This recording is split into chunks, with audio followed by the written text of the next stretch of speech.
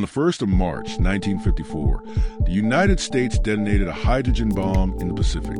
Something went terribly wrong. It was supposed to yield 6 megatons. It yielded 15. Welcome to Shadow Archives. This is the story of the nuclear test that changed the world and the secret that almost buried it. In 1953, the Soviet Union had tested its first hydrogen bomb. America needed to respond, urgently, publicly. The location chosen was Bikini Atoll, a remote island chain in the Pacific. The date, March 1st, 1954. At 6:45 in the morning, the device was detonated. The flash was visible across the entire Pacific horizon, 450 kilometers away. The fireball was 6 kilometers wide. The mushroom cloud rose 40 kilometers above the stratosphere. And then the scientists realized what had happened. The yield was 2.5 times larger than predicted, and the wind had changed direction overnight. On the same morning, a Japanese fishing vessel called the Lucky Dragon No. 5 was working 60 miles east of Bikini.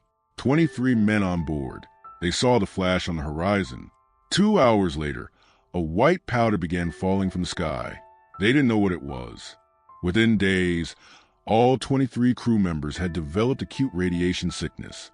Their hair was falling out. Their skin was burning. The radio operator, Aikichi Kobayama, died 7 months later. He was the first victim of a hydrogen bomb who was not in a war.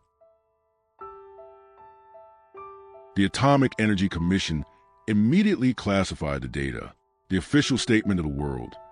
The fallout posed no danger to humans. The statement was false. In the Marshall Islands, 665 people had been directly exposed. They were told it was safe to return home. It was not. Scientists who tried to speak publicly were told they would lose their security clearances. The silence was enforced. In 1955, chemist Linus Pauling began collecting signatures from scientists demanding an end to nuclear testing.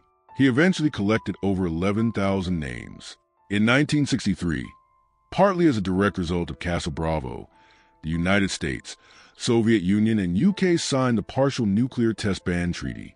Here is what Castle Bravo teaches us. Governments do not hide secrets because they are evil.